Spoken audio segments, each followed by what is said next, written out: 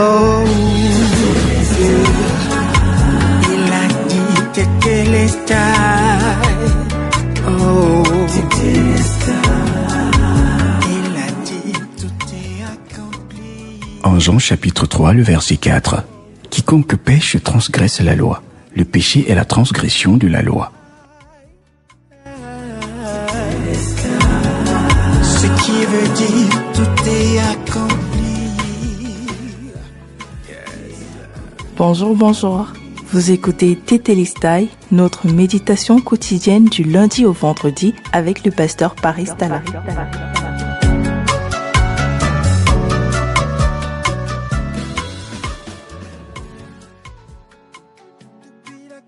Alors comme ça, bien-aimés, je suis très reconnaissant encore ce matin de pouvoir partager avec vous.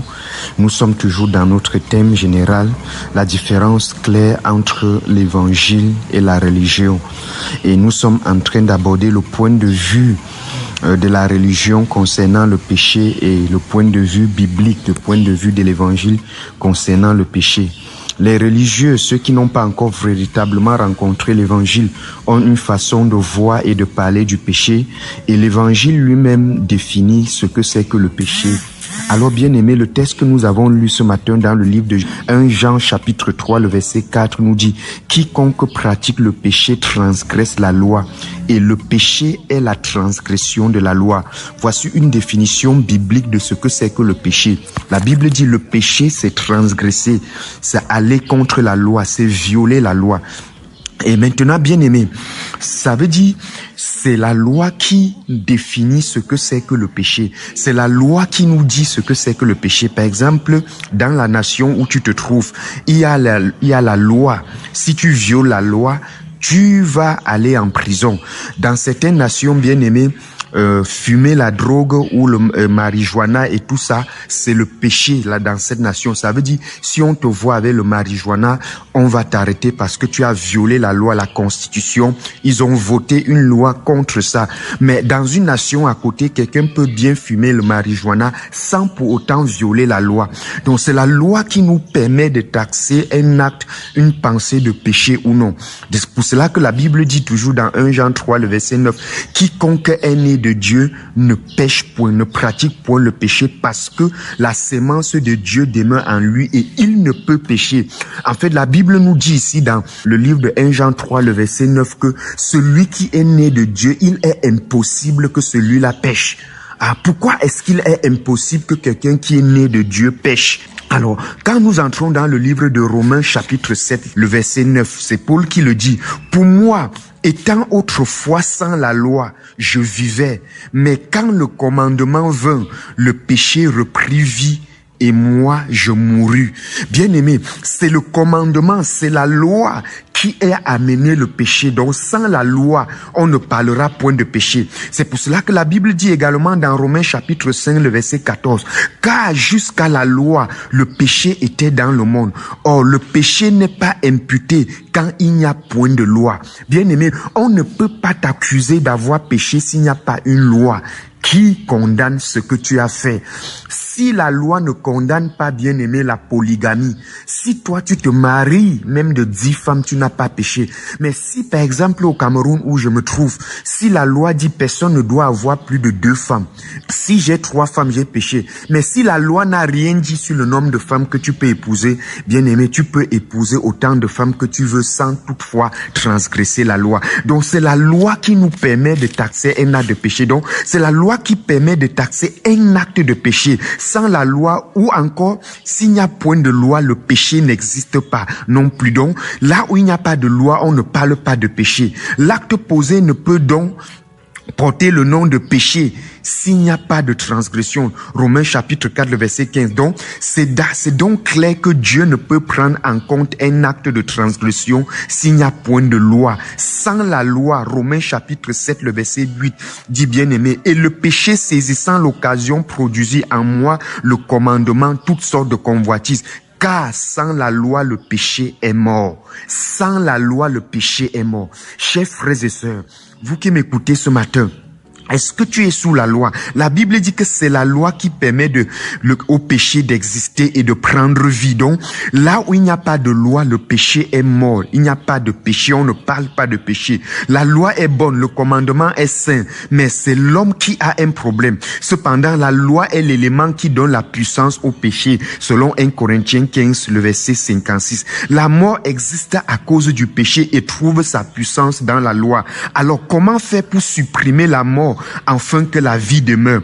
Il faut que la loi disparaisse, qu'elle soit écartée, dégagée, puisque c'est elle qui donne la puissance au péché et que c'est à cause du péché que la mort existe. Cependant, la justice de Dieu existe et elle exige ceci. Romains 6, le verset 23, nous connaissons tout. Donc la mort est donc l'accomplissement de la justice de Dieu. Christ donc étant mort par effusion de sang ayant porté sur lui le péché du monde, le péché a donc trouvé un salaire et la justice de Dieu s'est accomplie. Donc, chers frères et sœurs, les actes de la loi qui nous condamnaient ne nous sont donc plus appliqués. Le péché ne nous est plus imputé car Christ est la fin de la loi. Christ a supprimé la loi et en supprimant la loi, il a par ricochet supprimé le péché et le péché étant supprimé, la mort a ainsi été supprimée. Puisque la puissance du péché, c'est la loi, et la puissance de la mort, c'est le péché. Alors, qu'appelles-tu péché? Jean 1, le verset 29. Voici l'agneau de Dieu qui ôte le péché du monde. Le péché a-t-il été ôté? Oui. Parce que Jésus-Christ peut dire, Tétélestai, j'ai tout accompli, j'ai ôté le péché. Alors, à l'heure actuelle, dans le monde entier, nous parlons encore du péché. Si je parle du péché, je suis en train de dire que je suis sous la loi. Bien-aimé, Christ est la fin de la loi. La loi a trouvé son accomplissement. Ses exigences ont été accomplies.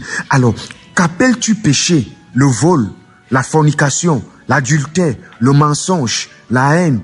C'est tout ce que tu appelles péché. Oui, tu peux être condamné dans ton cœur parce que tu as une mauvaise définition de ce que c'est que le péché, bien-aimé. Qu'est-ce que c'est que le péché? En réalité, ce n'était pas ça le péché. Romains chapitre 6 nous dit que le péché, c'est une nature que nous avions héritée d'Adam.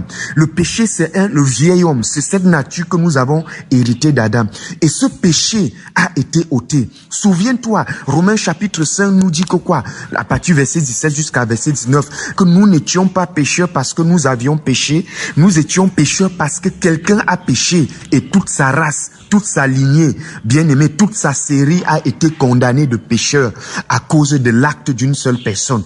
Et dans la même logique, si le péché a été ôté, ça veut dire quoi? Si le second Adam est venu et a introduit une nouvelle série qu'on appelle la nouvelle création, ça veut dire quoi? Le péché a pris fin avec Jésus-Christ. Alors jusqu'aujourd'hui, on parle de péché et quand les hommes parlent de péché, on parle des actes que nous posons, le mensonge, la haine, la calomnie. Et bien aimé, si c'est comme ça que tu vois le péché, c'est normal que tu vives avec la condamnation dans ton cœur. C'est normal que tu penses que quoi? Tu dois arrêter de pécher avant d'aller en enfer. C'est normal que tu appelles quelqu'un pécheur parce qu'il a volé. Non, bien aimé, le pécheur n'est pas celui qui a volé, qui a menti, qui a tué.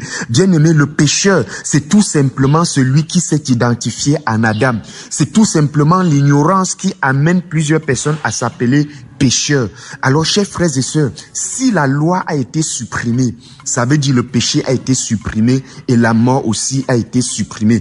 La suppression de la racine a entraîné même la suppression des conséquences. Alors, j'honore le Christ en toi, tu es saint, tu es juste, tu es parfait en Christ.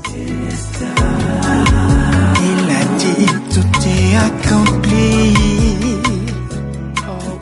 Vous venez d'écouter Tétélestai, un enseignement qui vous est produit par la Midigrade, la mission de la dispensation de la grâce de Dieu. Notre devise, prêcher la grâce et l'amour inconditionnel de Dieu manifesté en Christ.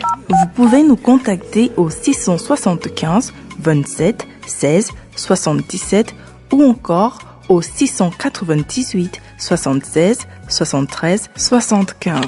Vous pouvez aussi nous suivre en vous abonnant à nos différentes plateformes telles que Facebook Midigrade, YouTube Midigrade, Twitter Midigrade Mission et Instagram Midigrade Mission.